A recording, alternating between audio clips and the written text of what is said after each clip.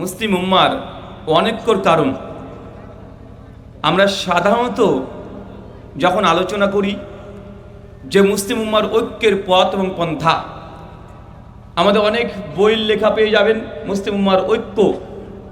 অনেক জুমার খুতবা, ওয়াজ মাহফিল সব জায়গায় আমরা ঐক্য নিয়ে আলোচনা করি, কিন্তু আমি ঐক্য নিয়ে আলোচনা করব না। আমি আলোচনা করব কি নিয়ে? অনৈক্য। কেন মুসলমানরা দলে দলে ভাগ হয়ে গেল? কেন মুসলমানদের মধ্যে এত মতনৈক্য, মতভেদ, ইখতিলাফ, মত পার্থক্যতে মুসলিম উম্মাহ আজকে খণ্ড বিখণ্ড হয়েছে? কেন? এর কারণটাকে আগে বের করতে হবে। আগেই যদি আমরা ঐক্য নিয়ে আলোচনা করি, যদি আপনি নিজে নাই জানেন যে আমরা কেন দলে দলে ভাগ হয়ে গেলাম। আরে মুসলমান, আমরা তো একটাই কোরআনকে মানার দাবিদার, আমাদের একটাই সর্বশেষ নবী, আমাদের রব আল্লাহ সুবহানাহু ওয়া তাআলা, তিনি তো একজন। তো মুসলমান এত দলে ভাগ হবে কেন? সাহাবা রাদিয়াল্লাহু তাআলা আমাদের জামানায় এত দল, এত মতনৈক্য, মতভেদ কি ছিল? কথা বলেন না। তো মুসলমান তো ঐক্যতে ছিল, কিন্তু সেই ঐক্যটাকে ভেঙে আজকে এত দল হলো কেন? আগে এই কারণ বের করতে হবে। যতক্ষণ কারণ বের করতে না পাচ্ছি, ততক্ষণ মুসলিম উম্মাহ একটা ঐক্যর প্ল্যাটফর্মে আসাটা কখনই সম্ভব নয়। মানুষ যখন অসুস্থ হয়, ডাক্তারের কাছে মানুষ চলে যায়, ডাক্তার আগে চেক করে দেখে যে ব্যক্তি কেন সুস্থ হয়েছে।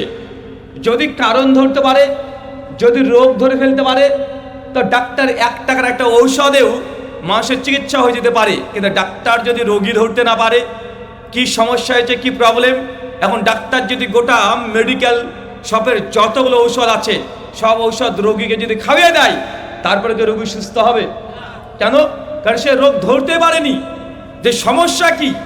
তা আমরা ঐক্য নিয়ে যতই কথা বলি, আমরা ঐক্য নিয়ে যতই চিৎকার মারি না কেন, যত আমরা বলি না কেন, সবাই আমরা একটা প্ল্যাটফর্মে আসবো, আমরা ততক্ষণ একটা জায়গাতে আসতে পারবো না যতক্ষণ না মুসলিম উম্মার মধ্যে কেন দল তৈরি হয়, কেন মতভেদ হয়, কেন মতনৈক্য হয়ে যায়, কেন এত দ্বিমত চলে আসে, যতক্ষণ এই কারণগুলো বের করতে না পারবো ততক্ষণ মুসলিম উম্মাহ একটা জায়গাতে আসতে পারে না। চাচা, আমি আপনার আবেগটাকে বুঝি।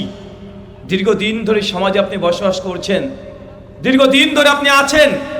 আপনার কাছে আজকে নতুন কিছু একটা বললে আপনি মনে করেন এটা নতুন। আরে আমাদের সমাজে এতদিন ধরে হয়ে আসছে, যদি স্রোতের বিরুদ্ধে যদি একটা কথা বলে দিই, আপনি মনে করবেন যে এরা ফিতনা ছড়াচ্ছে। আছে না নাই? কথা বলেন। যদি সমাজে যা চলছে এর উল্টো যদি একটা কথা বলা হয়, মানুষ মনে করে যে এরাই মূলত সমাজে ফিতনা ছড়াচ্ছে। চলেন, আল্লাহ সুবহানাহু ওয়া তাআলা বলছেন কোরআনুল কারীম সূরা জুমার সূরা নম্বর 39 আয়াত নম্বর 18, আল্লাহ বলছেন আল্লাযীনা ইয়াসতামিউনাল কওল ফায়াত্তাবিউনা হাসানা উলাইকা আল্লাযীনা হাদাহুমুল্লাহ উলাইকা হুম উলুল আলবাব। বাংলা ভাব অনুবাদ, আল্লাহ বলছেন আল্লাযীনা ইয়াসতামিউনাল কওল, যারা মনোযোগ দিয়ে কথা শোনে। বলেন তো আল্লাহ কি বলছে? চাচা, কথা শুনতে হবে চাচা। যদি দূরে বসে থাকেন যে না এদের আলোচনা শোনা যাবে না, কেন? এরা আহলে হাদিস, এর সব আহলে হাদিস বক্তা এসেছে, এরা লামাযহাবী, এরা ইংরেজের দালাল, এরা ওয়াহাবী, বিভিন্ন ট্যাগ দিয়ে অনেক মানুষ দেখবেন এই আলোচনা সভাকে বয়কট করতে চায়। আছে না নাই? কিন্তু আল্লাহ তো তেমনটা বলছেন না। আল্লাহ বলছেন আল্লাযীনা ইয়াসতামিউনাল কওল, যারা মনোযোগ দিয়ে কথা শোনে। চাচা, কথা আপনাকে শুনতে হবে।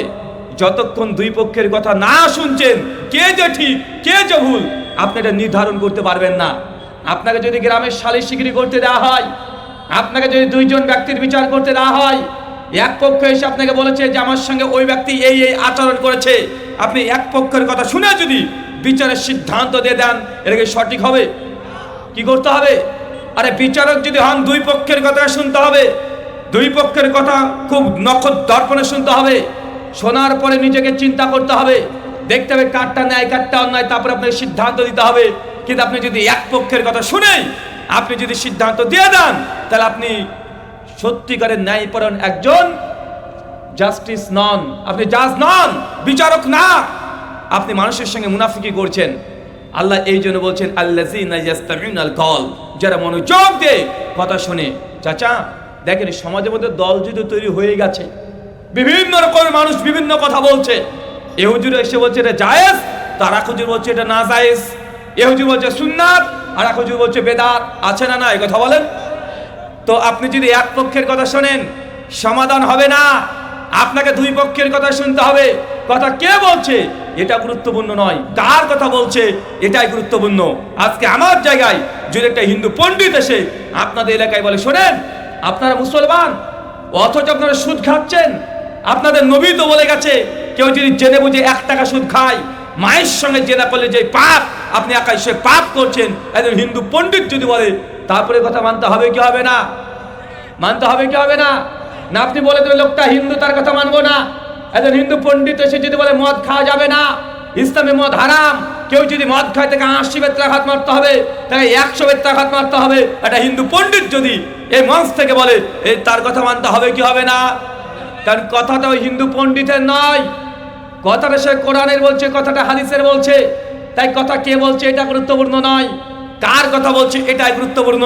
তবে হ্যাঁ, বক্তার কথা তো শুনবেন, দুই পক্ষের কথা শুনবেন, তবে বক্তার সব কথাকে আমলে নেওয়া যাবে না, মানা যাবে না।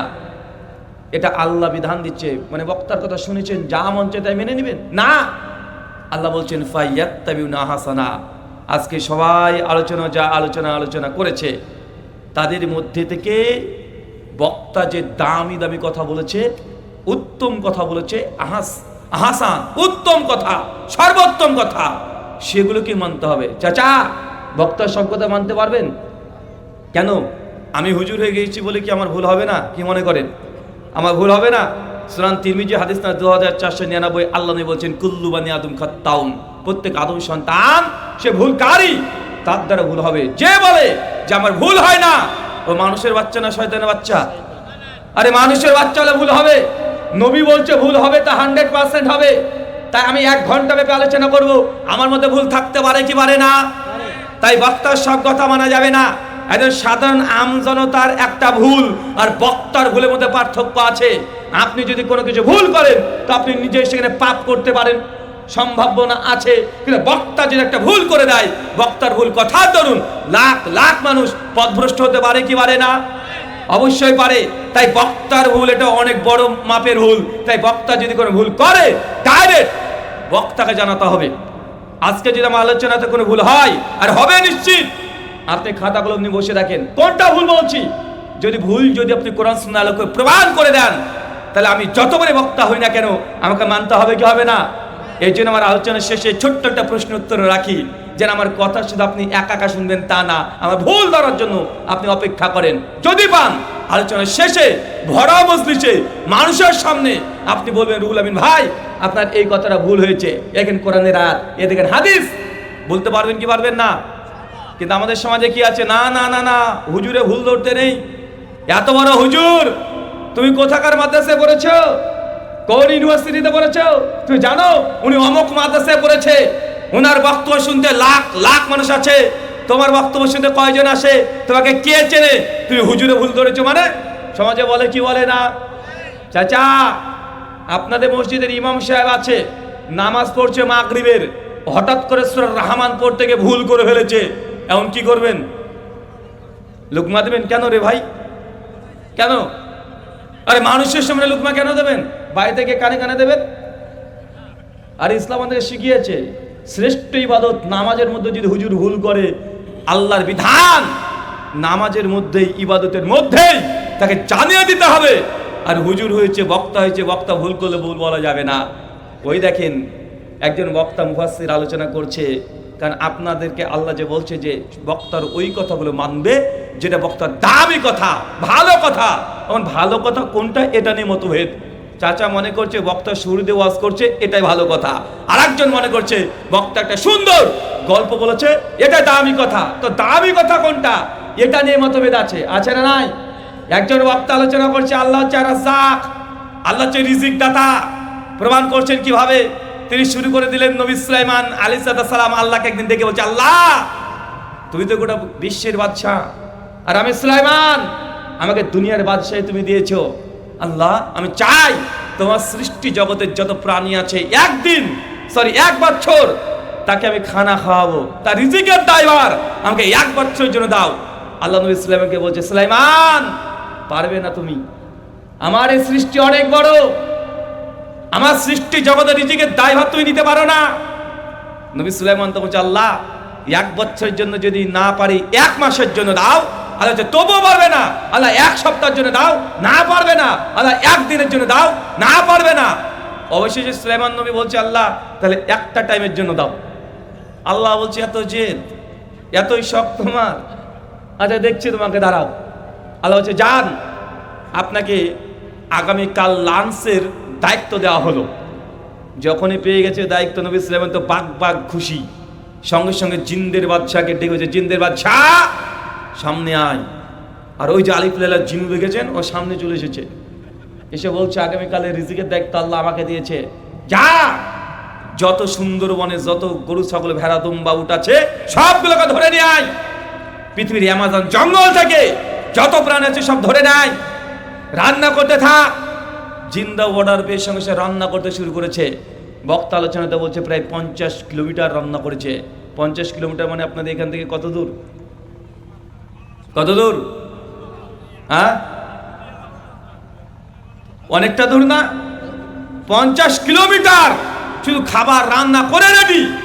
নবী সুলাইমান তো খুব খুশি, গোটা বিশ্বের প্রাণী জগৎকে একদিন খাওয়াবে।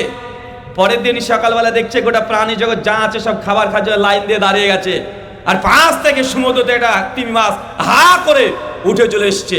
এসে সুলাইমান ক্ষুধা লেগেছে, খেতে দাও। নবী সুলাইমান বলছে লাইনে দাঁড়া, বলছে লাইনটা আমি মানি না। নবী সুলাইমান বলছে বেলাইনে চলে এসেছে, একে খেতে দাও। জিন তখন টুক করে একটা মুরগির মাংস তার মুখে ছুঁড়ে মেরেছে, ও টুক করে গিলে নে, আবার হচ্ছে আরো দাও। নবী সুলাইমান অবাক, বলে কি? বলছে আবার দে তাকে। একটা গোটা মুরগি দিয়ে দিয়েছে, টুক করে খেয়ে নে, আবার হা আরো দাও। একটা গোটা ছাগল ঢুকিয়ে দিয়েছে, খেয়ে নে, বলছে আরো দাও। নবী সুলাইমান অবাক, জিন অবাক, খাই কত রে? আরে একটা তিমি মাছ খাই কত? এই কথা বলার সঙ্গে সঙ্গে তিমি মাছ তখন বলছে তুমি আমাকে অপমান করতে পারো না, আমি হচ্ছে আজকে তোমার মেহমান, তুমি হচ্ছে মেজবান, তুমি আমাকে অপমান করতে পারো না। আজকে আমি যতক্ষণ মুখ হাঁ করে থাকবো ততক্ষণ খাবার দিতেই থাকবে। নবী সুলাইমান তখন জিনদেরকে বলছে, জিনদের বাদশা এই মাছের যতটুকু প্রয়োজন সব ও ততটুকু খেয়ে নিক, খেয়ে আগে পানির তলে গে যাক। এর লাইন ভেঙে চলে এসেছে। মাছও খুশি, তাই মাছ তখন এক হাঁ করে 50 কিলোমিটার যত খাবার ছিল সব খাবার গেলে কে টুক করে গিলে হজম করে আবার হচ্ছে হা আরো দাও। চাচা এই হাদিস শুনেছেন না? ভালো কথা না এটা, কিন্তু ঘটনা মেড ইন বাংলাদেশ। এটা কোরআনের কোনো আয়াত না, এটা কোনো তাফসিরেও এই ঘটনা লেখা নেই, কোন সহিহ তো দূরের কথা, জয়ীফ তো দূরের কথা, জাল হাদিসেও এই ঘটনার অস্তিত্ব পাওয়া যায় না। অনেকে বলতে চায় এটা হচ্ছে ইসরায়েলি রায়াত, না, ইসরায়েলের রায়াতে এই